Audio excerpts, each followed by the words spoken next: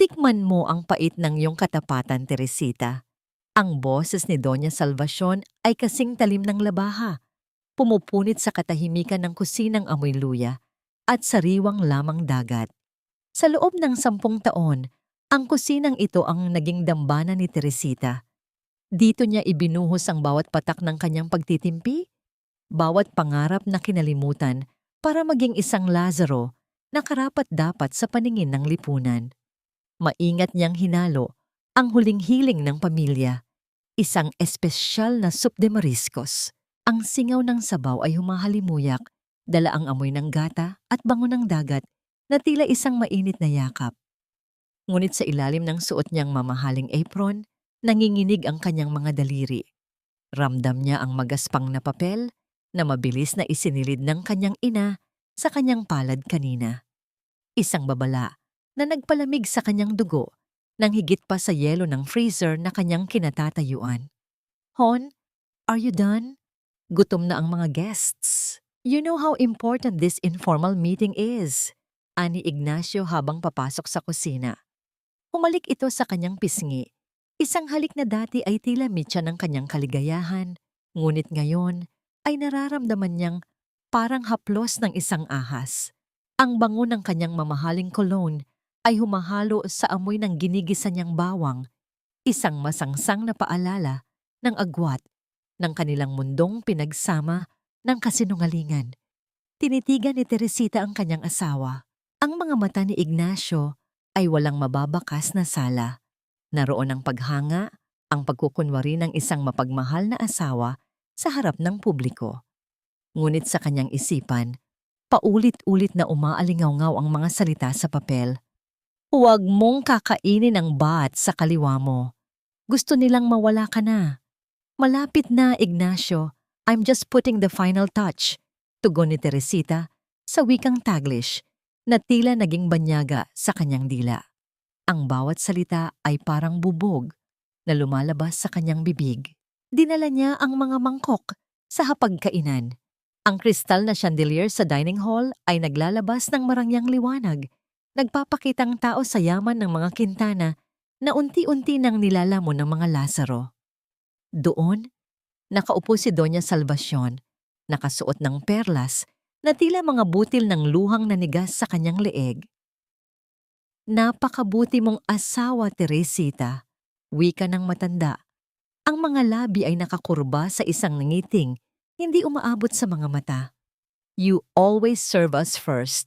Utang na loob namin sa'yo ang bawat masarap na hapunan sa bahay na ito." Isang malupit na biro. Utang na loob. Ang salitang naging tanikala sa leeg ni Teresita sa loob ng isang dekada. Ang bawat sakripisyo niya sa kumpanya, ang bawat pirma niya sa mga dokumentong hindi niya binasa dahil sa tiwala, ay tinumbasan ngayon ng isang mangkok ng kamatayan. Inilapag niya ang bat sa harap ni Doña Salvacion. At pagkatapos, ang bat na nasa kaliwa, ang bat na para sa kanya, ay dahan-dahan niyang inilapit sa kanyang pwesto. Nararamdaman niya ang titig ng mag-ina. Ang katahimikan sa loob ng silid ay kasing bigat ng isang kabaong. Ang tanging naririnig ay ang mahinang tunog ng mga kubyertos na tumatama sa porselana. Isang musika ng pagtataksil. "Let's pray first," sabi ni Ignacio. Pilit na pinapanatili ang kanyang banal na imahe. Habang nakapikit ang lahat, isang malamig na hangin ang tila dumaan sa batok ni Teresita. Ang kanyang puso ay tumitibok ng mabilis, hindi dahil sa takot, kundi dahil sa isang matinding pagkamuhi na ngayon lang niya naramdaman. Sa loob ng 10 taon, siya ang naging anino, siya ang naging tagapagsilbi, siya ang naging konselyo ng kanilang mga kasalanan. Ganito na lang ba ang halaga ko? Ang tanong na ito ay bumara sa kanyang lalamunan. Ang bawat gabing hindi niya natutulugan ang mga problema sa opisina, ang bawat pagyuko niya sa mga pangiinsulto ng biyenan, lahat ba ito ay hahantong lang sa isang mangkok ng lason? Dumilat siya. Ang kanyang kamay, na dati ay marunong lang mag-ayos ng mga bulaklak at maghain ng pagkain, ay naging mabilis. Sa isang iglap, Habang inaayos ni Ignacio ang kanyang napkin, marahang ipinalit ni Teresita ang kanyang mangkok sa mangkok ni Doña Salvacion. Isang maliit na pagkilos, walang ingay, walang bakas. Amen, bulong ni Ignacio. Kain na tayo, anyaya ni Teresita. Ang kanyang boses ay wala ng emosyon, kasing lamig ng marmol sa pasilyo ng mansyon. Kinuha ni Doña Salvacion ang kutsara. Ang bango nito, Teresita. Parang may kakaiba kang inilagay ngayon. Special ingredient, Ma'am, sagot ni Teresita habang nakatingin ng diretso sa mga mata ng matanda. Para masiguradong matatapos na ang lahat ng paghihirap natin. Habang ang unang subo ng mainit na sabaw ay papasok sa bibig ng kanyang biyenan, naramdaman ni Teresita ang pagguho ng kanyang dating pagkatao. Ang bawat butil ng pawis sa kanyang noo ay tila naging kristal ng katotohanan. Ang pag-ibig na nagbulag sa kanya ay tuluyan ng pumanaw at ang tanging natitira ay ang mabangis na pagnanais na mabuhay. Isang matinding ubo ang bumasag sa katahimikan. Ang porselanang kutsara ay nahulog mula sa kamay ni Doña Salvacion, lumilikha ng tunog na tila isang babala ng paparating na unos. Ang matanda ay napahawak sa kanyang lalamunan. Ang kanyang mukha ay nagsisimulang mawalan ng kulay. Habang si Ignacio ay napatayo sa gulat, ang kanyang baso ng alak ay muntik nang tumapon sa puting mantel. Teresita remained seated. She didn't scream. She didn't move. She only watched as the soup she lovingly prepared began to take back the life they tried to steal from her. Ang puting mantel na kasing linis ng budhing pilit nilang ipinapakita ay nayurakan ng kulay kahel na sabaw. Ang bawat patak ng soup de mariscos ay tila mga luhang may lason. Dahan-dahang kumakalat, nilalamon ang kinang ng mga kristal na baso. Sa gitna ng marangyang dining hall, ang tunog ng marahas na paghinga ni Doña Salvacion ay pumupunit sa hangin. Isang huni ng paghihirap na tila isang hayop na nasilo sa sarili nitong bitag. Ma'am, Ma'am, what's happening? Ang sigaw ni Ignacio ay umalingaw-ngaw, puno ng huwad na sindak. Mabilis niyang dinaluhan ng ina, ngunit bago pa man niya ito mahawakan ng tuluyan, ang kanyang mga mata ay sumulyap kay Teresita. Isang sulyap na hindi puno ng pag-aalala, kundi ng isang matalim at madilim na pagtatanong. Nanatiling nakatayo si Teresita sa dulo ng mesa. Ang kanyang mga kamay ay nakapatong sa likod ng silya. Mahigpit ang kapit hanggang sa mamuti ang kanyang mga kuko. Pinapanood niya ang eksenang tila isang dula-dulaan kung saan siya ang nakatakdang maging kontrabida. Ang bango ng niluto niyang pagkain ay naging masangsang, tila amoy ng isang nabubulok na sikreto na sa wakas ay nabuksan. Teresita, tumawag ka ng ambulansya. What are you standing there for? Bulyaw ni Ignacio habang kinakarga ang nanghihinang katawan ng ina. Sa kabila ng kaguluhan, dahan-dahang lumapit si Teresita. Ang bawat hakbang niya sa makintab na sahig ay tila paglalakad sa ibabaw ng manipis na babsag na salamin. Yumuko siya, sapat na malapit para maamoy ang pait ng lason sa hininga ni Doña Salvacion. At doon, sa gitna ng ingay, naramdaman niya ang malamig na kamay ni Ignacio na humawak sa kanyang braso. Isang hawak na hindi nagpapakalma, kundi nambabaon ng sakit. Nice move, Teresita. Bulong ni Ignacio. Ang boses ay kasing lamig ng bakal. Sapat lang para siya lang ang makarinig. But you just dug your own grave. Akala mo ba hindi ko alam ang plano mo? Isang kilabot ang gumapang sa gulugod ni Teresita. Ngunit sa halip na manginig, isang kakaibang init ang sumiklab sa kanyang dibdib.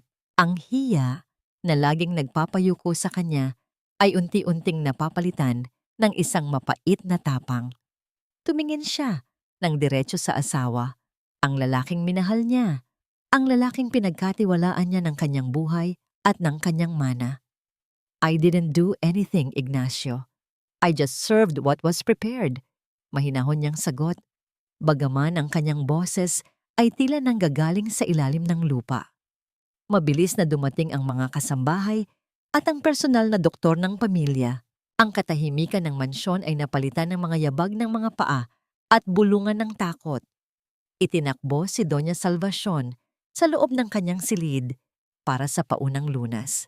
Naiwan si Teresita sa malawak na pasilyo, mag-isa sa ilalim ng mga larawan ng mga ninunong Quintana na tila nanunumbat sa kanya mula sa kanilang mga kwadro. Nararamdaman niya ang bigat ng paligid. Ang mansyon na ito, na itinayo ng kanyang lolo para maging kanlungan ng kanilang lahi, ay naging isang marangyang kulungan. Ang amoy ng antiseptic at gamot ay nagsimulang pumasok sa kanyang mga pandama. Nilulunod ang bango ng mga bulaklak sa pasilyo. Maya-maya pa lumabas si Ignacio mula sa silid. Ang kanyang muka ay maayos na. Wala na ang bakas ng galit. Napalitan na ng isang maskara ng lungkot at pagiging biktima. Kasunod niya ang doktor at 2 tauhan ng kumpanya na naroon din sa hapunan. "Hon, are you okay?" Tanong ni Ignacio sa harap nila, habang inilalagay ang kanyang braso sa balikat ni Teresita. Ang kilos na ito ay tila isang proteksyon sa paningin ng iba, ngunit para kay Teresita, ito ay isang hawla. "You look so pale. Is it because of the stress lately?" Hindi sumagot si Teresita. Alam niya ang takbo ng isip ng asawa. Alam niya kung paano itong bumuo ng kwento na pabor sa sarili. "Doc, I'm really worried about my wife." Patuloy ni Ignacio, ang boses ay puno ng pagkukunwaring malasakit. "Lately, she's been acting very strange. Minsan nakakalimot siya. Minsan naman ay masyadong aggressive. I think the pressure of the family business is getting to her mind." Lumingon ang doktor kay Teresita. Ang tingin ay puno ng pagduda at awa. "Is that so, Mr. Lazaro? This incident with the soup, it's very alarming." Humigpit ang yakap ni Ignacio kay Teresita. Sapat na para maramdaman niya ang banta sa bawat daliri nito. "I didn't want to say this, but she was the one who insisted on cooking everything tonight. Walang pwedeng tumulong sa kanya sa kusina. She said she wanted it to be unforgettable." Tumingin si Teresita sa kanyang asawa. Ang pagtataksil ay hindi na lamang isang sugat sa puso. Ito ay isang lason na kumakalat na sa kanyang buong pagkatao. Ang bawat salita ni Ignacio ay tila isang pako na ibinabaon sa kanyang reputasyon, sa kanyang katinuan. "Ganito na lang ba ang halaga ko sa iyo, Ignacio?" Ang tanong na ito ay sumagi sa kanyang isipan, ngunit nanatiling nakasara ang kanyang mga labi. Alam niyang sa sandaling ito, ang anumang salita ay gagamitin laban sa kanya. "Doktor," muling sabi ni Ignacio habang nakatingin sa lahat ng naroon. "Kamakailan lang, hindi matatag ang kalagayan ng aking asawa. Siya mismo ang nagluto nitong pagkain na ito. Sa palagay ko, kailangan natin siyang bantayan para na rin sa kanyang kaligtasan at ng pamilyang ito." Ang tunog ng susi na pumipihit sa kandado mula sa labas ay tila huling hatol ng kamatayan sa dangal ni Teresita. Sa loob ng silid na binalot ng dilim at amoy ng mamahaling kandila, siya ay naging isang bilanggo sa sarili niyang kaharian. Ang bawat sulok ng silid na ito, mula sa kurtinang sutla hanggang sa kama na gawa sa inukit na nara, ay tila mga saksi na tumalikod sa kanya. Naupo siya sa gilid ng kama. Ang kanyang katawan ay nanginginig, hindi dahil sa ginaw, kundi dahil sa bigat ng kawalan ng katarungan. Sa labas, naririnig niya ang mahinang bulungan ng mga kasambahay at ang mabibigat na yabag ng mga tauhan ni Ignacio. Alam niya ang kanilang pinag-uusapan. Siya na ngayon ang baliw na asawa, ang ingratong manugang na nagtangkang lasunin ang haligi ng pamilya Lazaro. "Utang na loob, Teresita. Iyon ang lagi nilang ibinabato sa akin." Bulong niya sa sarili. Ang kanyang boses ay nanginginig, halos mapatid sa lalamunan. Naalala niya ang araw ng kanilang kasal, ang hitsura ni Ignacio habang nangangako ng katapatan sa harap ng altar. Noong mga panahong iyon, ang mga Quintana ay nasa rurok ng kapangyarihan at si Ignacio ay isang ambisyosong lalaki na nangakong poprotektahan ang kanyang pamilya. "Hayaan mong ako ang humarap sa gulo ng kumpanya, Hon. You just focus on being my queen, sabi nito noon. Dahil sa pag-ibig, dahil sa kagustuhang mapatunayan na siya ay isang mabuting asawa, ibinigay niya ang lahat.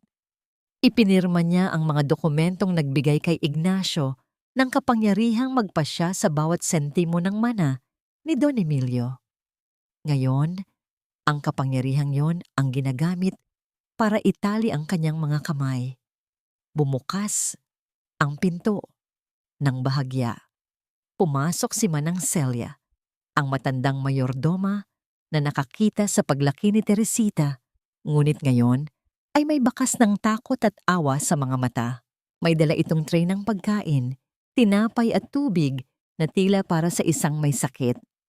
"Ma'am, kumain na po muna kayo," mahinang sabi ni Manang Celia, hindi makatingin ng diretso. "Sabi po ni Sir Ignacio, kailangan niyo raw po ng pahinga. Huwag na raw po kayong lalabas dahil baka kung ano pa ang magawa niyo sa sarili niyo." "Naniniwala ka ba sa kanila, Manang?" tanong ni Teresita. Ang kanyang mga mata ay nanunuri. "Sa tingin mo ba ay kaya kong gawin iyon?" Napayuko ang matanda. "Ang sabi po ni Doña Salvacion, napakalaki ng utang na loob niyo sa pamilya nila dahil tinanggap nila kayo at inalagaan kahit na ang pamilya Quintana ay puro negosyo lang ang alam. Huwag na po kayong lumaban, ma'am. Para na rin po sa katahimikan ng lahat." Ang salitang katahimikan ay parang sampal sa mukha ni Teresita. Ang katahimikang gusto nila ay ang kanyang pagsuko, ang kanyang paglaho. "Utang na loob ko sa kanila ang buhay ko? Manang, ang perang ginagastos nila, ang kumpanyang pinapatakbo ni Ignacio, ang mansyon na kinatatayuan niyo ngayon, lahat iyan ay galing sa pawis at dugo ng aking lolo. I am a Quintana. I don't owe them anything but the truth." Ngunit bago pa man makasagot si Manang Celia, mabilis itong lumabas at muling inilak ang pinto. Naiwan si Teresita sa gitna ng katahimikang kasing bigat ng semento. Lumapit siya sa bintana. Ang ulan ay nagsisimulang pumatak. Ang bawat butil ay tumatama sa salamin na parang mga daliring kumakatok. Tumingin siya sa malayo, sa hardin kung saan nakatayo ang estatwa ng kanyang lolo. Ramdam niya ang hiya, ang matinding kahihiyan na hinayaan niyang malapastangan ang diwa ng kanyang pamilya ng mga taong ang tanging alam ay kumuha at hindi magbigay. "Ganito na lang ba ang halaga ng 10 taon ng aking buhay? Isang biktima ng sariling kabaitan?" Hating gabi na nang maramdaman ni Teresita ang isang kakaibang paggalaw sa labas ng kanyang balkonahe. Ang tunog ng mga dahon na tila may yumayapak ay nagpabilis sa tibok ng kanyang puso. Hindi ito ang hangin, hindi ito ang ulan. Isang anino ang lumitaw sa likod ng kurtina. Ang siluweta ng isang lalaki, matangkad at nakasuot ng madilim na jacket, ay unti-unting naging malinaw sa ilalim ng liwanag ng buwan. Ang kanyang kamay ay dahan-dahang kumatok sa salamin ng pinto. Hindi marahas, kundi may kasamang katiyakan. Nanigas si Teresita. Ang kanyang kamay ay humawak sa isang mabigat na plorera sa ibabaw ng mesa. Sino ang maglalakas loob na pumasok sa mansyon ng mga Quintana sa ganitong oras? Isang mamamatay tao ba na ipinadala ni Ignacio para tapusin ang laban? Nang dahan-dahan niyang hinawi ang kurtina, ang nakita niya ay hindi isang kaaway. Ang mga mata ng lalaki ay pamilyar, malamig, matalino, at tila nakakakita sa likod ng kanyang mga lihim. Binuksan ni Teresita ang pinto ng balkonahe nang may halong kaba at pag-aalinlangan. Ang malamig na simoy ng hangin na may amoy ng basang lupa ay humampas sa kanyang mukha. Tila isang paalala na ang mundo sa labas ay patuloy na umiikot sa kabila ng kanyang pagkakakulong. "Mateo?" Ang bulong ni Teresita ay halos malunod sa tunog ng ulan. Si Mateo Sarmiento, ang tahimik na direktor ng pagsusuri sa pananalapi ng kumpanya, ay tumayo roon. Ang kanyang madilim na jacket ay basang-basa at ang kanyang mga mata ay nagpapakita ng isang uri ng determinasyon na bihirang makita sa isang taong laging nasa likod ng mga numero at ulat. "Huwag kayong matakot, Ma'am Teresita," ani Mateo sa mahinahong boses. "Hindi ako narito para saktan kayo. Narito ako dahil hindi ko na kayang sikmuraan ang nangyayari sa loob ng Quintana Lazaro." Mabilis siyang pumasok sa silid at isinara ang pinto. May inilabas siyang isang maliit na USB drive at ilang pirasong papel na nakatago sa loob ng kanyang jacket. Ang bawat kilos niya ay maingat, tila isang sundalong naglalakad sa gitna ng kaaway. "Ano ito, Mateo?" tanong ni Teresita. Ang kanyang boses ay nanginginig pa rin. "Ito ang katotohanan na pilit nilang itinatago sa inyo," sagot ni Mateo. Si Ignacio, hindi lang siya naglilipat ng pondo. Binubutas niya ang kumpanya para bayaran ang mga utang niya sa mga pribadong kasino sa Macau at Singapore. Gumawa siya ng mga ghost companies para doon itapon ang mga kita ng inyong pamilya. "Ma'am, kung hindi kayo kikilos ngayon, sa loob ng 6 na buwan, wala nang matitira sa diwa ng inyong lolo." Habang binabasa ni Teresita ang mga ulat, naramdaman niya ang isang matinding pagkahilo. Ang bawat numero ay tila mga hiyaw ng kanyang lolo mula sa hukay. Ang bawat dokumento ay patunay ng isang planadong pagnanakaw, hindi lamang ng pera, kundi ng kanyang buong pagkatao. Naramdaman niya ang sikmura niya na tila bumabaligtad. Ang pait ng katotohanan ay mas masakit pa sa anumang lason. Napahawak siya sa mesa. Ang kanyang paningin ay nagdidilim. Sa sandaling iyon, kumuha si Mateo ng isang maliit na puting candy mula sa kanyang bulsa at iniabot ito sa kanya. "Lasahan niyo ito, Ma'am, peppermint," sabi ni Mateo. Nang ilagay ni Teresita ang candy sa kanyang dila, ang malamig at matapang na bango ng menthol ay tila gumising sa kanyang nananamlay na diwa. Ang lamig nito ay humaplos sa kanyang lalamunan, pansamantalang pinuputol ang pakiramdam ng pagsusuka at pagkahilo. Ang maliit na kending iyon ang naging tanging bagay na nagpapanatili sa kanya sa realidad. "Bakit mo ginagawa ito, Mateo?" tanong ni Teresita habang dinadama ang lamig ng menthol. "Maaari kang mawalan ng trabaho o higit pa. Dahil bago pa man naging CEO si Ignacio, ang lolo niyo ang nagpaaral sa akin," sagot ni Mateo. Ang kanyang boses ay puno ng utang na loob na tunay at hindi ginagamit bilang sandata. "Hindi ko hahayaang sirain ng isang mandaraya ang lahat ng pinaghirapan ni Don Emilio." Tumingin si Teresita sa salamin. Ang babaeng nakikita niya ay hindi na ang mahinang asawa na laging sumusunod. Sa tulong ng impormasyong dala ni Mateo, nagsimulang mabuo ang isang plano sa kanyang isipan. "Mateo, kailangan nating maglaro," sabi ni Teresita. Ang kanyang tinig ay naging kasing talim ng labaha. "Gusto ni Ignacio na maging baliw ako? Ibibigay ko sa kanya ang gusto niya. Hahayaan ko silang maniwala na tagumpay ang kanilang plano habang dahan-dahan nating hinihila ang mitsa sa ilalim ng kanilang mga paa." Ngunit sa gitna ng kanilang pag-uusap, ang katahimikan ng gabi ay nabasag ng isang marahas na tunog mula sa labas ng pintuan. Ang tunog ng mga susi na mabilis na pinipihit at ang mabigat na yabag ng mga sapatos na gawa sa mamahaling balat ng hayop ay nagpabilis sa tibok ng puso ni Teresita. "Ignacio?" bulong ni Teresita. Ang kanyang mga mata ay nanlaki sa takot. Mabilis na nagtago si Mateo sa likod ng malaking kurtina sa tabi ng bintana. Halos hindi na siya humihinga. Bumukas ang pinto nang may lakas na tila isang pagsabog. Tumayo roon si Ignacio. Ang kanyang polo ay bahagyang bukas sa leeg at ang kanyang mga mata ay mapula. Tila isang mga ngaso na nakatuklas ng isang kahina-hinalang galaw sa loob ng kanyang bitag. Tumingin siya sa paligid ng silid. Ang kanyang ilong ay bahagyang kumunot na tila may naamoy na hindi dapat naroon. "Teresita," tawag niya. Ang boses ay puno ng mapanganib na tamis. "Sino ang kausap mo?" At bakit amoy mentol dito sa loob ng kwarto mo? Humakbang pasok si Ignacio. Ang kanyang bawat galaw ay tila isang manunubok na naghahanap ng butas sa isang pader. Ang amoy ng peppermint ay naging kasing talim ng isang babala sa gitna ng silid na dapat ay amoy gamot at kawalan ng pag-asa.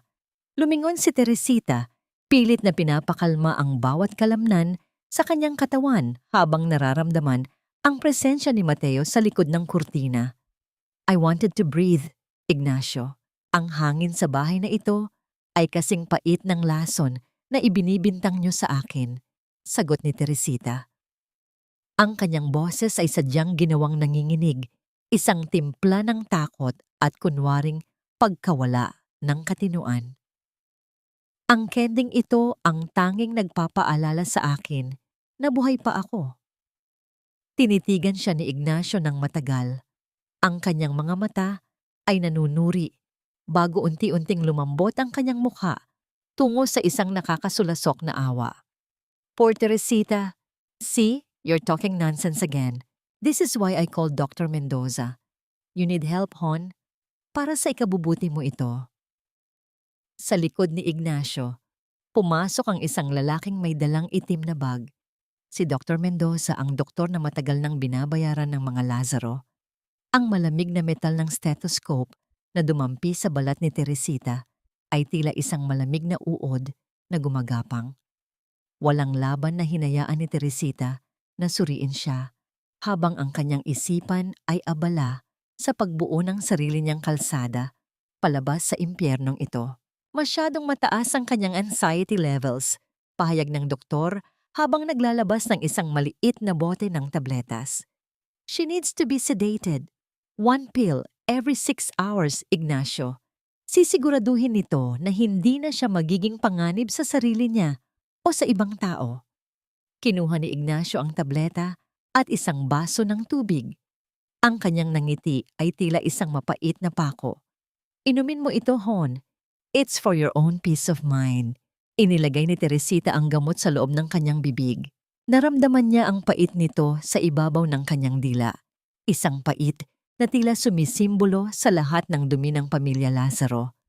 Ngunit sa halip na lunukin, maingat niyang itinago ang tableta sa ilalim ng kanyang dila, sa gilid ng kanyang gilagid, habang kunwaring umiinom ng tubig ng diretso. Good girl, bulong ni Ignacio habang hinahaplos ang kanyang buhok. Ang bawat haplos nito ay tila nag-iiwan ng malagkit na bakas ng pandaraya. Nang lisanin nila ang silid, mabilis na iniluwa ni Teresita ang gamot sa loob ng kanyang tissue. Hindi siya pwedeng mawalan ng malay. Hindi ngayon. Lumipas ang ilang oras at sa ilalim ng katahimikan ng madaling araw, dahan-dahang lumabas si Teresita sa kanyang silid. Ang mansion ay tila isang malaking libingan, madilim at puno ng mga anino. Nagtungo siya sa silid ni Doña Salvacion, ang dambana ng puot at pagiging mapagmataas. Sa loob, ang tanging maririnig ay ang mahinang tunog ng oxygen concentrator at isang kakaibang ingay na tila nagmumula sa gilid ng tak, tak, tak. Ang mga kuko ni Doña Salvacion na may suot pang makintab na nail polish ay paulit-ulit na tumatama sa metal na barandilya ng kanyang bed frame. Ang matanda ay gising. Ang kanyang mga mata ay nakatitig sa kisame. Ngunit ang kanyang mga daliri ay tila may binibilang. Isang countdown para sa pagbagsak ni Teresita. Alam kong gising ka, Ma'am, bulong ni Teresita habang nakatayo sa dilim. Alam kong alam mo ang totoo. Hindi sumagot ang matanda, ngunit tumigil ang pagtap ng kanyang mga kuko. Sa sandaling iyon, naramdaman ni Teresita ang isang matinding dumi sa paligid niya. Ang bawat dekorasyon sa silid na ito ay binili gamit ang perang ninakaw sa kanyang pamilya. Mabilis siyang lumabas at nagtungo sa lumang silid-aklatan ni Don Emilio. Ang tanging lugar sa mansyon na hindi pa tuluyang nasasakop ng mga Lazaro. Naalala niya ang sinabi ni Mateo tungkol sa mga lihim ng kanyang lolo. Habang kinakapa niya ang ilalim ng malaking mesa na gawa sa mabigat na kahoy Naramdaman ng kanyang mga daliri ang isang kakaibang texture. Hindi ito kahoy, hindi rin ito alikabok. Ito ay isang tuyong sap ng kandila. Maingat niyang kinayod ang sap. At doon, sa ilalim ng liwanag ng kanyang cellphone, nakita niya ang isang serye ng mga numero at titik na nakaukit ng malalim sa ilalim ng mesa. Isang code, isang huling mensahe mula sa isang taong matagal nang nakakaalam na darating ang araw na ito. Ngunit bago pa man niya matapos kopyahin ang code, isang malamig na tinig ang narinig niya mula sa pinto ng aklatan. "Looking for something, Teresita? I thought the medicine should have put you to sleep by now." Nakatayo si Ignacio sa pinto. Ang kanyang silhueta ay tila isang halimaw na naghihintay sa dilim. Hawak ang isa pang bote ng gamot. Ang bawat yabag ni Ignacio sa sahig na kahoy ay tila tunog ng isang orasan na malapit nang huminto. Ang anino niya ay humaba sa pader ng aklatan. Nilalamon ang mga hilera ng mga lumang libro na dati ay naging kanlungan ni Teresita. Nanatiling nakaluhod si Teresita sa ilalim ng mesa. Ang kanyang puso ay pumipintig ng marahas, tila isang ibon na pilit kumakawala sa mga rehas ng kanyang tadyang. "Bakit ka naririto, Teresita?" Ang boses ni Ignacio ay kasing talim ng yelo. Walang bahid ng emosyon. "I thought the medicine should have put you to sleep by now." O baka naman kailangan mo ng mas matapang na dosis? Dahan-dahang tumayo si Teresita. Ang kanyang kamay ay nakatago sa likod. Mahigpit na hawak ang papel na pinagkopya niya ng code. Pilit niyang kinalma ang kanyang mukha. Hinahayaang lumabas ang isang matamlay na ngiti. Ang ngiti ng isang babaeng unti-unti nang nilalamon ng kawalan ng pag-asa. "Hindi ako makatulog, Ignacio." Bulong niya sa wikang Taglish. "The shadows in our room, they look like your mother's face. I felt like Grandpa was calling me here." Sabi niya, may iniwan daw siyang alaala para sa akin. Tumawa ng mahina si Ignacio, isang tunog na walang katuwaan. Humakbang siya palapit. Ang amoy ng alak at mamahaling tabako ay humahalo sa alikabok ng aklatan. "Grandpa is dead, Teresita. Ang tanging iniwan niya sa'yo ay ang pasanin ng kumpanyang ito na ako naman ang nag-aayos para sa'yo. You are sick. Halika na, bumalik na tayo sa kwarto." Nang hawakan ni Ignacio ang kanyang braso para itayo siya, naramdaman ni Teresita ang matinding pagkasuklam. Ngunit hinayaan niya ang sarili na magmukhang mahina, na tila isang manika na nawalan ng mitsa. Habang palabas sila ng silid, sumulyap siya sa portrait ng kanyang lolo sa pader. Ang mga mata ni Don Emilio sa painting ay tila sumusubaybay sa kanya, nagbibigay ng lakas na kailangan niya para ituloy ang laban. Kinabukasan, habang abala si Ignacio sa pakikipag-usap sa mga abogado sa baba, mabilis na bumalik si Teresita sa aklatan. Sa pagkakataong ito, suot niya ang tanging bagay na hindi nakuha sa kanya ng mga Lazaro. Ang pilak na tramburi o sipit ng buhok na pagmamay-ari ng kanyang lola. Ito ay hindi lamang palamuti. Ito ay isang piraso ng kasaysayan na may matalas na dulo at matitibay na ukit. Gamit ang code na nahanap niya, tinungo niya ang isang maliit na panel sa gilid ng bookshelf na gawa sa nara. Maingat niyang isiningit ang dulo ng kanyang sipit ng buhok sa isang maliit na siwang na halos hindi makikita ng ordinaryong mata. Ang malamig na bakal ng sipit ay tumama sa mekanismo sa loob at sa isang maingat na pagpihit, narinig niya ang mahinang pag-atras ng mga trangka. Bumukas ang isang maliit na pinto.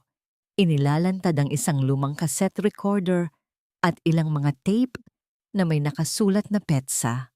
Nang pindutin ni Teresita ang play, ang unang narinig niya ay hindi musika, kundi ang boses ng kanyang lolo. Pagod, ngunit puno ng babala. "Teresita, apo, kung naririnig mo ito, ibig sabihin ay tama ang aking hinala. Huwag kang magtiwala kay Ignacio. Nakita ko ang mga mata niya noong hiningi niya ang kamay mo. Hindi pag-ibig ang nakita ko, kundi gutom. Gutom sa kapangyarihan. Kasunod nito ay ang isa pang boses, ang boses ni Doña Salvacion. Ang usapan ay naganap noong gabi, bago ang kasal ni Teresita. Siguraduhin mo lang, Ignacio, ani Doña Salvacion sa recording. Kapag nakuha mo na ang pirma niya sa lahat ng assets, maaari mo na siyang itapon. Isang kintana lang siya, ngunit ang pera nila ang magpapabangon sa pangalan ng mga Lazaro. Gamitin mo ang kanyang pag-ibig. Iyan ang kanyang pinakamalaking kahinaan. Napatakip ng bibig si Teresita. Ang bawat salita ay tila isang punyal na paulit-ulit na itinataksil ang kanyang puso.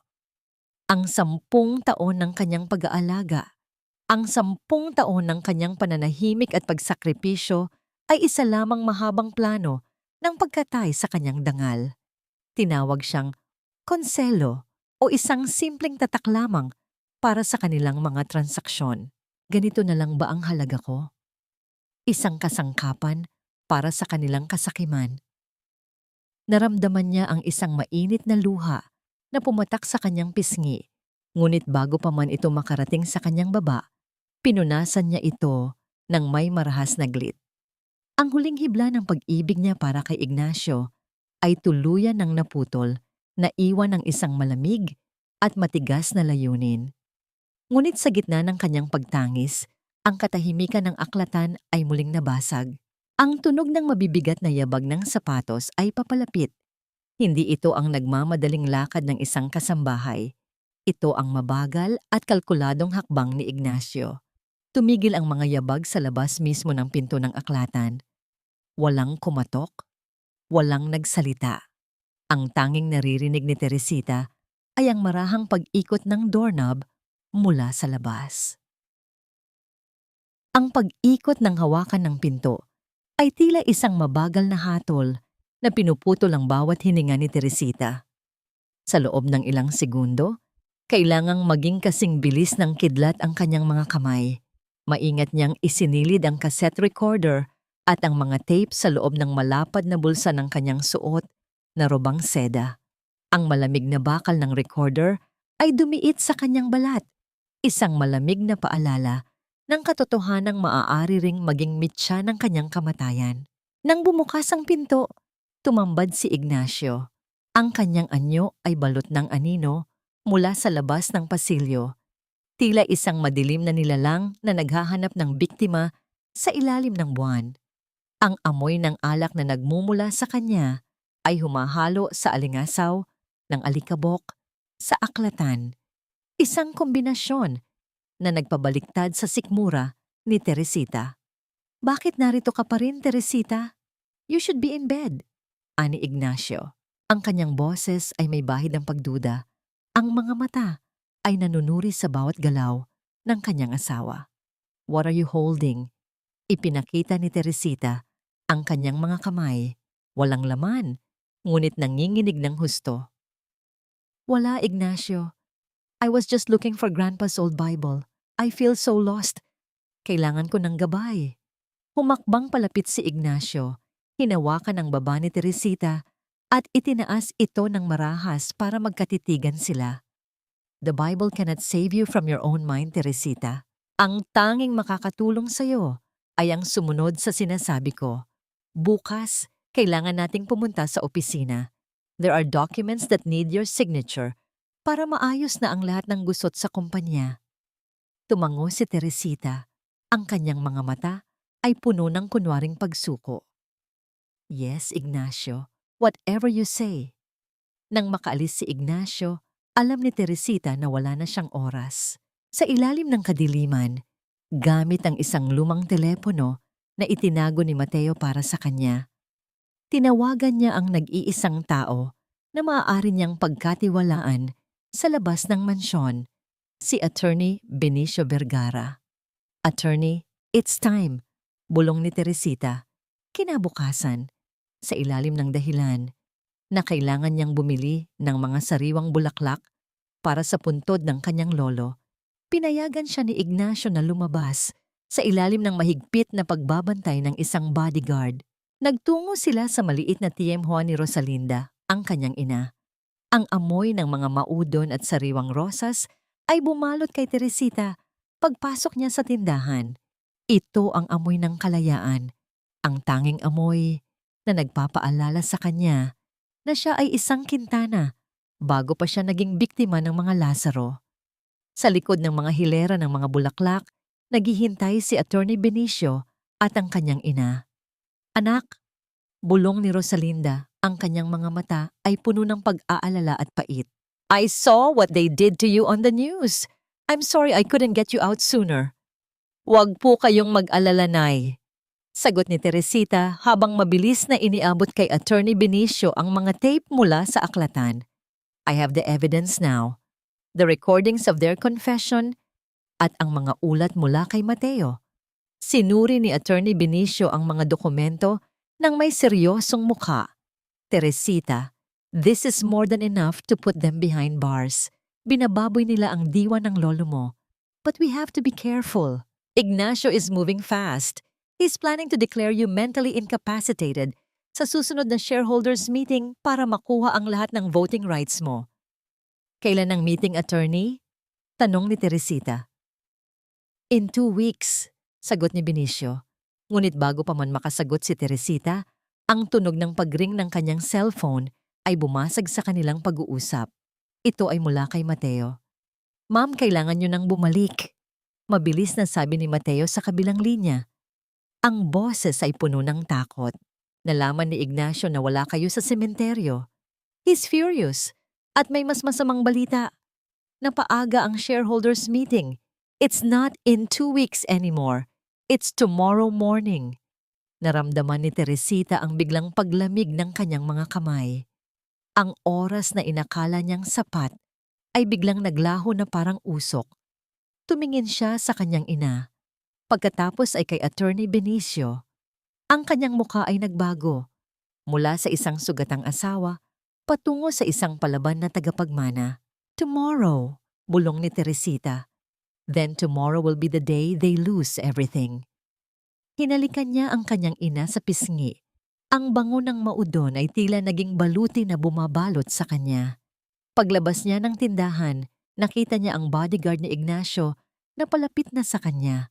Ang muka ay puno ng hinala. Ang bawat patak ng alak na pula na ibinubuhos ni Teresita sa baso ni Ignacio ay tila dugo ng mga Quintana na dahan-dahang inuubos ng mga linta. Sa ilalim ng liwanag ng mga kandila sa dining hall, ang kulay ng alak ay nagpapaalala sa kanya ng mga sugat na hindi nakikita. Mga sugat sa kanyang dangal, sa kanyang puso, at sa kanyang katinuan. Cheers, my love, ani Ignacio. Ang kanyang boses ay puno ng tagumpay. To a new beginning. Bukas, pagkatapos ng meeting, hindi mo na kailangang mag-alala sa anumang papeles. I will take care of everything. Magpahinga ka na lang sa rest house natin sa Tagaytay. Doon, walang mang-iistorbo sa'yo. Sa tabi niya, si Doña Salvacion ay kumakain ng may poise. Ang bawat kagat ay tila isang ritual ng pagpapakita ng kapangyarihan. It's for the best, Teresita. Huwag mo nang ipilit ang hindi mo kaya. A woman's place is to support her husband, not to drown in numbers and boardrooms. Utang na loob mo sa amin na pinoprotektahan namin ang pangalan mo sa kabila ng kalagayan mo. Naramdaman ni Teresita ang pag-akyat ng pait sa kanyang lalamunan. Ang utang na loob na laging binabato sa kanya ay tila isang tanikalang bakal na lalong humihigpit sa bawat sandali. Ngunit sa halip na sumigaw, isang matamis at malamig na ngiti ang sumilay sa kanyang mga labi. Isang ngiti na hindi nila naintindihan. You're right, Mom. Tomorrow will be unforgettable. Tugon ni Teresita sa wikang Taglish habang marahang inilalapag ang bote ng alak. Inilabas ni Ignacio ang isang folder mula sa kanyang tabi. Ang mga dokumentong naroon ay ang huling hakbang para tuluyang mawala kay Teresita ang kontrol sa Quintana Group of Companies. Sign this now, Teresita. Ayaw mo namang kaladkarin ka namin papasok sa ospital bukas ng nakaposas, hindi ba? Ang banta ay malinaw. Ang lamig ng boses ni Ignacio ay tila isang patalim na nakatutok sa kanyang leeg. Kinuha ni Teresita ang ballpen. Ang bigat nito sa kanyang kamay ay tila bigat ng isang sandata. Habang nakatingin ang mag-ina sa bawat galaw niya, dahan-dahan niyang isinulat ang kanyang pangalan sa ibabaw ng linyang nakalaan. Sa bawat kurba ng kanyang lagda, naaalala niya ang boses ng kanyang lolo sa tapi. Naaalala niya ang paghihirap ng kanyang ina. Nang matapos siya, isinara ni Ignacio ang folder ng may katuwaan. Ang tunog ng pagsasara ng folder ay tila tunog ng isang pintong naglalak sa isang bilangguan. Good choice, ani Ignacio. Ininom niya ang huling patak ng alak at tumayo. Matulog ka ng mahimbing, Teresita. Bukas, magsisimula ang bagong panahon ng mga Lazaro. Nang makaalis ang mag-ina, naiwan si Teresita sa gitna ng hapagkainan. Ang amoy ng alak at mamahaling pagkain ay naging kasuklam-suklam sa kanyang pang-amoy. Tinitigan niya ang baso ni Ignacio. May bakas pa ng labi nito sa gilid ng kristal. Dahan-dahan niyang kinuha ang baso at itinapon ang natitirang alak sa puting mantel. Ang mantsa ay kumalat na parang isang malaking sugat. Hindi niyo alam ang pinirmahan ko. Bulong niya sa dilim. Ang kanyang boses ay wala ng bakas ng takot. Ang akala niyo ay winakasan niyo na ako. Pero hindi niyo alam, bukas, ang pirma na yan ang magiging mitya ng inyong pagbagsak.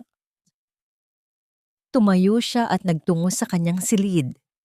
Doon, nakahanda na ang kanyang suot para sa susunod na araw. Isang tradisyonal na Filipiniana na kulay puti, kasing puti ng mga bulaklak sa burol, ngunit kasing tibay ng bakal ang bawat tahi. Hindi siya nakatulog ng gabing iyon. Sa halip, pinanood niya ang unti-unting paglabas ng liwanag sa silangan. Ang bawat minuto ay tila isang hakbang patungo sa katarungang matagal nang ipinagkait. I have a surprise for you, Ignacio. Bulong niya habang tinitingnan ang sarili sa salamin. Ang kanyang mga mata ay hindi nakakikitaan ng hiya o takot. Ang naroon ay ang apoy ng isang kintana na handang maningil. Ang sikat ng araw sa umagang yon ay kasing talim ng isang bagong hasang itim na asero. Sa loob ng kanyang silid, tumayo si Teresita sa harap ng malaking salamin. Ang kanyang suot na puting Filipiniana ay may matigas na manggas na tila mga pakpak ng isang agila. At ang tela nito ay kasing crispy ng papel na may binalot na lihim. Ang amoy ng almirol at bagong plansang tela ay humahalo sa bango ng kanyang paboritong pabango. Isang bango na hindi na amoy biktima, kundi amoy ng isang reyna na handang bawiin ang kanyang korona. Hinawakan niya ang kanyang leeg, kung saan nakasabit ang isang medalyong ginto ni Don Emilio. Malamig ang metal sa kanyang balat. Isang munting mitya na nagpapaalab sa kanyang determinasyon. You look radiant, Hon. Ani Ignacio mula sa pinto. Nakasuot ito ng mamahaling barong Tagalog. Ang kanyang buhok ay maayos na maayos at ang kanyang mukha ay puno ng kumpiyansa. Ngunit sa likod ng mga matatamis na salita, naroon ang nanlilibak na tingin sa isang babaeng akala niya ay tuluyan na niyang nasira. But are you sure you're up for this? You can stay in the car. I can present your resignation for you. No, Ignacio. Sagot ni Teresita sa wikang Taglish habang matikas na isinusuot ang kanyang mga hikaw na perlas. Gusto kong makita ang mga mukha ng mga miyembro ng kumpanya kapag nalaman nila ang totoo nating kalagayan. Para sa diwa ng lolo, kailangang naroon ako. Tumawa ng mahina si Ignacio, isang tunog na puno ng pagmamayabang. As you wish. Just don't make a scene. Alam mo naman ang usap-usapan tungkol sa health condition mo. Sumakay sila sa itim na sasakyan. Ang biyahe patungo sa Quintana Building ay kasing tahimik ng isang libing. Ang tanging naririnig ay ang mahinang ugong ng aircon at ang tunog ng gulong na dumadaan sa semento. Sa labas, ang Maynila ay abala. Ngunit sa loob ng sasakyan, ang tensyon ay kasing bigat ng isang paparating na bagyo. Pagdating sa gusali, ang mga gwardya ay yumuyuko ng malalim. Ang bawat hakbang ni Teresita sa marmol na sahig ng lobby ay lumilikha ng isang ritmo ng kapangyarihan. Nararamdaman niya ang titig ng mga empleyado. Ang ilan ay puno ng awa. Ang ilan ay puno ng pagdududa. Alam niya ang kwentong ipinapakalat ni Ignacio na siya ay isang asawang nawawalan na ng bait. Sa tapat ng elevator, nakita niya si Mateo. Isang maikling sulyap lang ang namagitan sa kanila. Walang salita. Ngunit ang bahagyang pagtango ni Mateo ay sapat na para malaman ni Teresita na handa na ang lahat. Ang mga dokumento, ang mga video, at ang katotohanan ay nakapila na sa likod ng mga digital na pader ng kumpanya. Nakarating sila sa ika-30 palapag. Ang pintuan ng Grand Hall ay gawa sa mabigat na kahoy na may ukit ng mga sagisag ng pamilya Quintana. Sa loob, naririnig ang mahinang bulungan ng mga pinakamayayamang tao sa bansa. Mga taong may hawak sa kapalaran ng libu-libong pamilya. Ready? Bulong ni Ignacio habang hinahawakan ang siko ni Teresita ng mahigpit, isang huling babala na huwag siyang gagawa ng anumang hakbang. More than you can imagine, tugon ni Teresita. Nang bumukas ang malaking pinto, ang lahat ng mata ay lumingon sa kanila. Ang flash ng mga kamera mula sa mga internal media ay tila mga kidlat na bumubulag. Lumakad si Ignacio ng may taas noo, habang si Teresita ay nananatiling nasa likod niya, tila isang anino na masunurin. Naupo sila sa harap. Ang bawat segundo ay tila isang pahina ng kasaysayan na dahan-dahang binubuklat. Nagsimula ang meeting sa karaniwang mga ulat. Ngunit ang lahat ay naghihintay sa pangunahing paksa, ang paglipat ng kapangyarihan mula sa isang Quintana patungo sa isang Lazaro. Tumayo si Ignacio sa pulpito ng pahayag. Ang kanyang boses ay naging malungkot, puno ng mapagkunwaring pagmamalasakit. As you all know, my dear wife, Teresita, has been going through a difficult time lately. Her mental health has become a priority for our family. Naramdaman ni Teresita ang panggigigil ng mga tao sa paligid niya.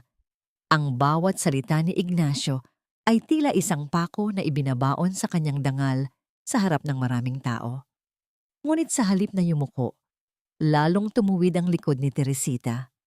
And today, patuloy ni Ignacio, she will officially sign over her voting rights to me for the stability of the Quintana Group. Humarap si Ignacio kay Teresita. Dala ang isang folder na may mga papeles na pinirmahan niya kagabi. Ang mga mata nito ay naniningkit sa tagumpay.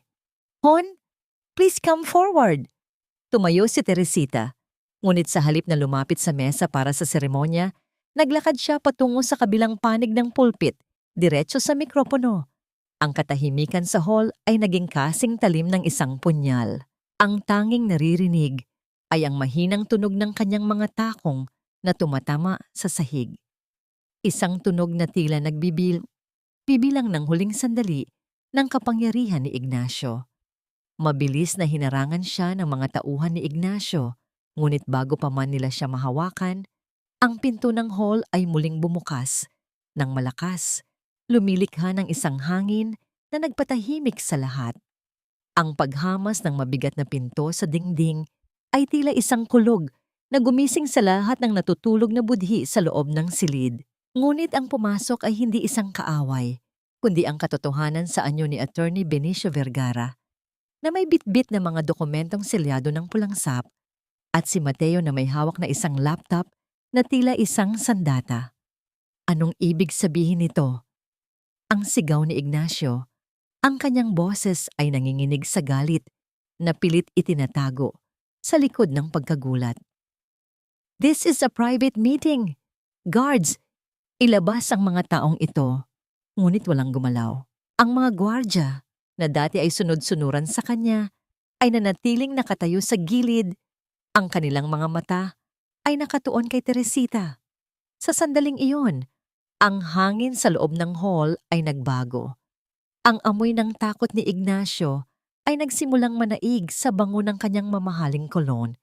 Lumakad si Teresita patungo sa pulpito ng pahayag. Ang bawat hakbang niya ay kasing bigat ng kasaysayan ng mga Quintana. Hindi na siya ang babaeng nakayuko sa hapagkainan. Hindi na siya ang asawang pilit ginagawang baliw. Ignacio, simula ni Teresita, ang kanyang boses na ipinadala ng mga speaker sa bawat sulok ng hall ay kasing linaw ng kristal at kasing talim ng diamante. Sabi mo, ang katatagan ng kumpanya ang unahin natin.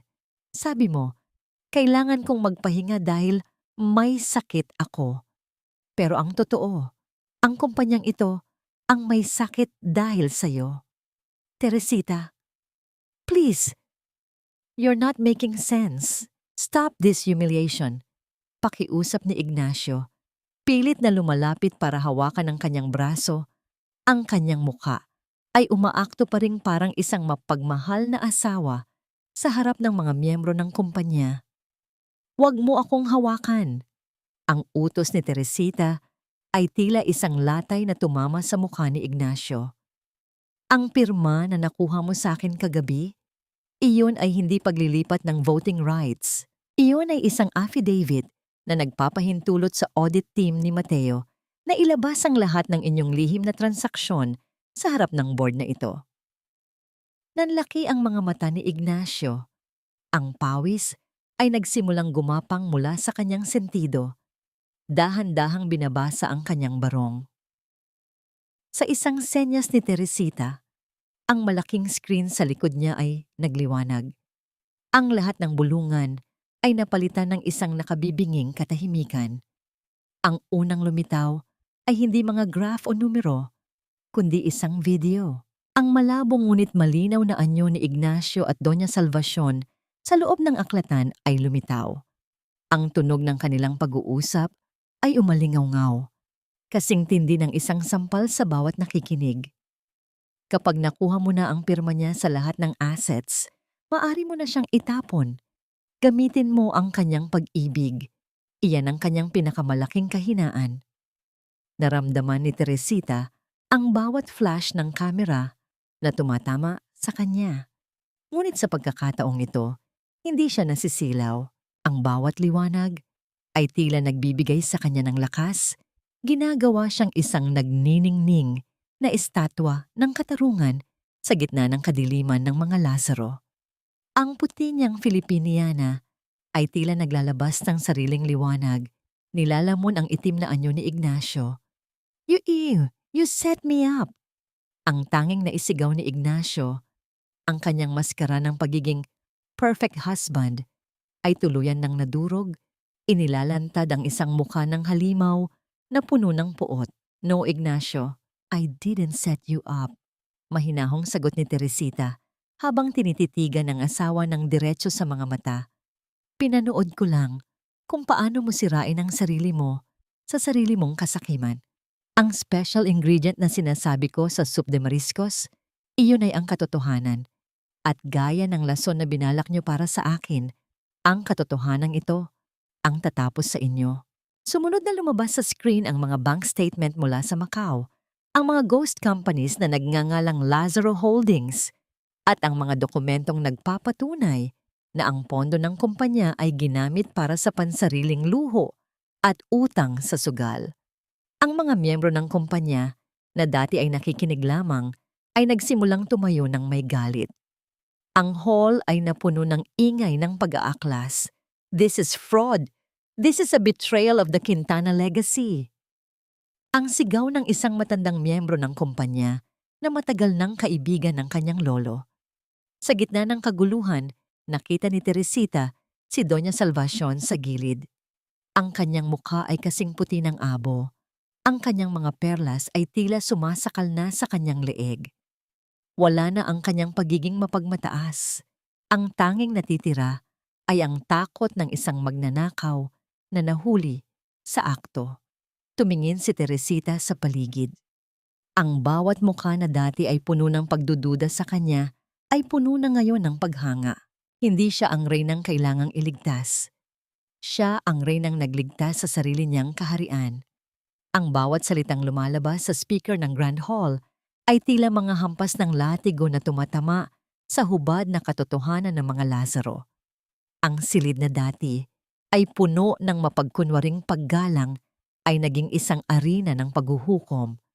Ang amoy ng malamig na pawis ni Ignacio ay masangsang na humahalo sa amoy ng takot na nagmumula sa sulok kung saan nakaupo si Doña Salvacion. Sinungaling, fake news ang lahat ng yan. Ang hiyaw ni Ignacio, ang kanyang boses ay pumapatid na sa lalamunan. Ang kanyang mukha ay namumula. Ang mga ugat sa kanyang leeg ay tila mga uod na gustong kumawala. Lumingon siya sa mga miyembro ng kumpanya, naghahanap ng kahit isang kakampi. Ngunit ang nakita niya ay mga matang puno ng pagkasuklam at puot. Sa sandaling iyon, bumukas ang malaking pinto sa likuran.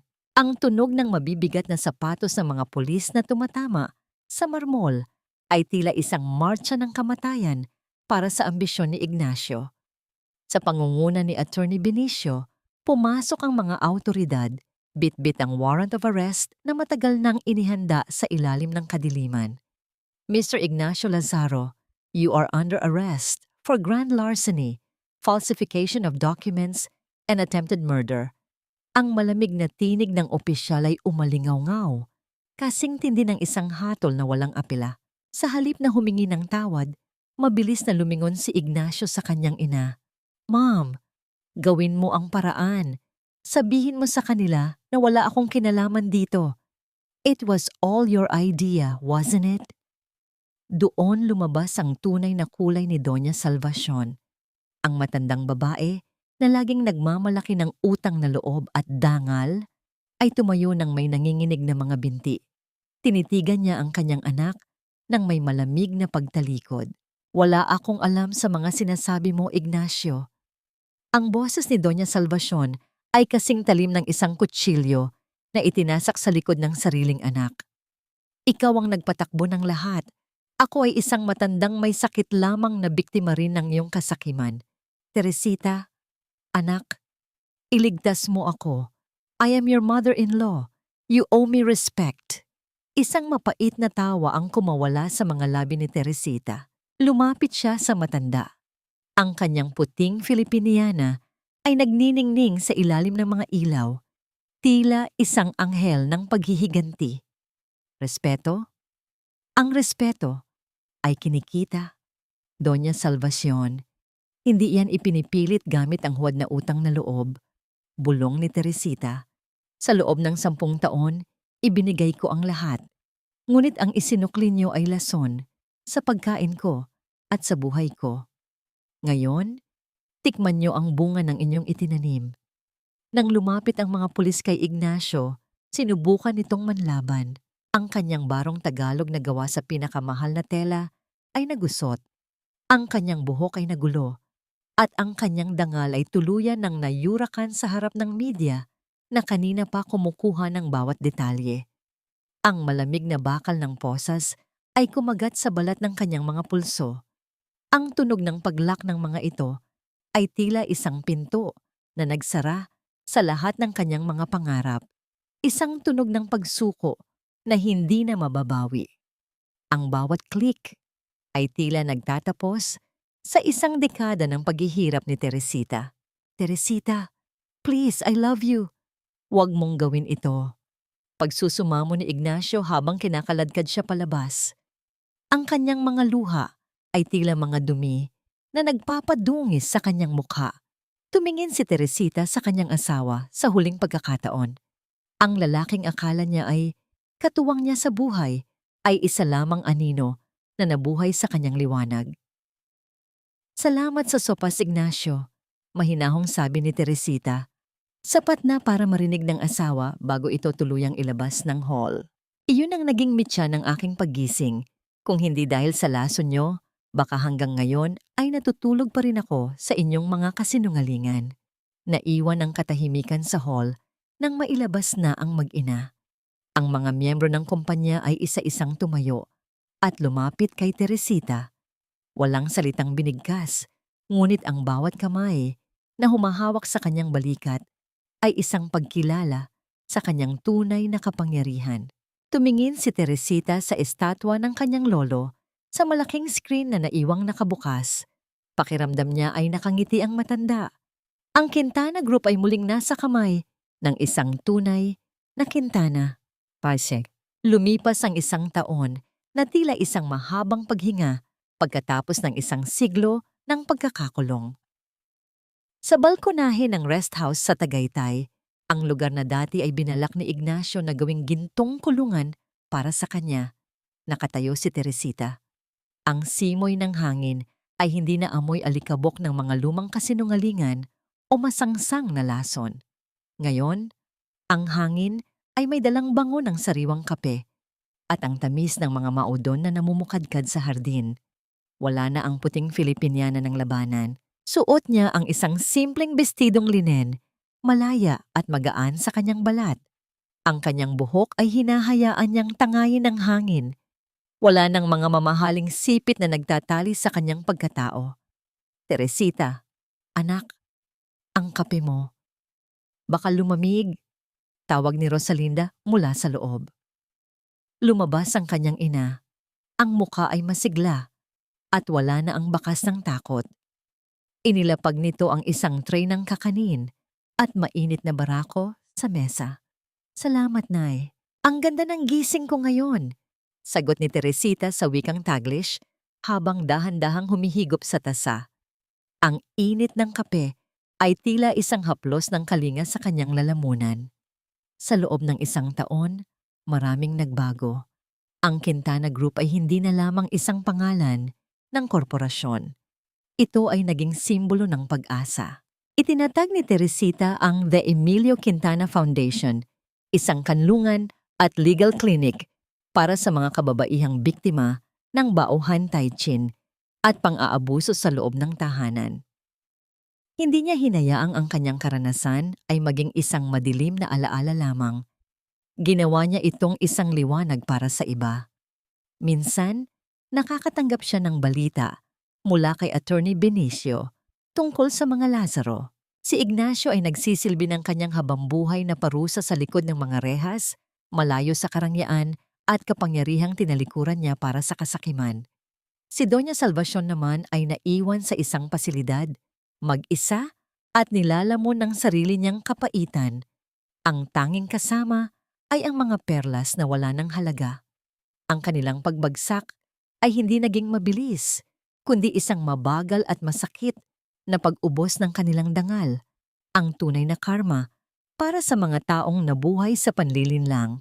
Narinig ni Teresita ang tunog ng isang sasakyang huminto sa labas ng gate. Maya-maya pa, pumasok si Mateo sa hardin. May dalang mga pode at isang maliit na ngiti na laging nagbibigay ng kapanatagan kay Teresita. Ma'am Teresita, the audit for the foundation is done. Everything is clear.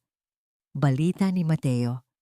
Nanatili siyang tapat na katuwang, isang tahimik na haligi na hindi kailanman naghangad ng kapalit. Salamat, Mateo. At pakiusap, Teresita na lang. Wala na tayo sa boardroom, muling sabi ni Teresita na nagpatawa sa dalawa. Tumingin si Teresita sa malayo, sa lawa ng taal na tahimik at payapa sa ilalim ng asul na langit. Naalala niya ang kanyang sarili noong gabi ng bat na soup de mariscos. Ang babaeng iyon ay wala na, ngunit ang kanyang katapangan ay nananatili. Naintindihan niya sa wakas na ang tunay na utang na loob ay hindi sa mga taong nagpapakain sa iyo kapalit ng iyong kaluluwa, kundi sa iyong sarili. Ang utang na loob na mahalin, protektahan at panindigan ang iyong sariling halaga. Kinuha niya ang isang lumang litrato ng kanilang kasal ni Ignacio mula sa kanyang bulsa, ang huling piraso ng kanyang nakaraan. Sa isang dahan-dahang pagkilos, kumuha siya ng isang mitsa at sinilaban ang dulo ng litrato. Pinanood niya ang apoy na dahan-dahang lumalamon sa mga ngiti nilang dalawa, hanggang sa ang tanging natira ay ang abo na tinangay ng hangin patungo sa bangin. Wala nang galit. Wala nang pait. Ang tanging natira ay ang katahimikan ng isang pusong gumaling na. Ang diwa ng mga Quintana ay hindi na lamang tungkol sa yaman o mana. Ito ay tungkol sa isang babaeng tumangging maging biktima na tumayo sa gitna ng unos at sa huli ay natutong lumipad gamit ang sarili niyang mga pakpak. Teresita Alegria Quintana ay hindi na isang asawa lang, hindi na isang biktima lang. Siya ay malaya.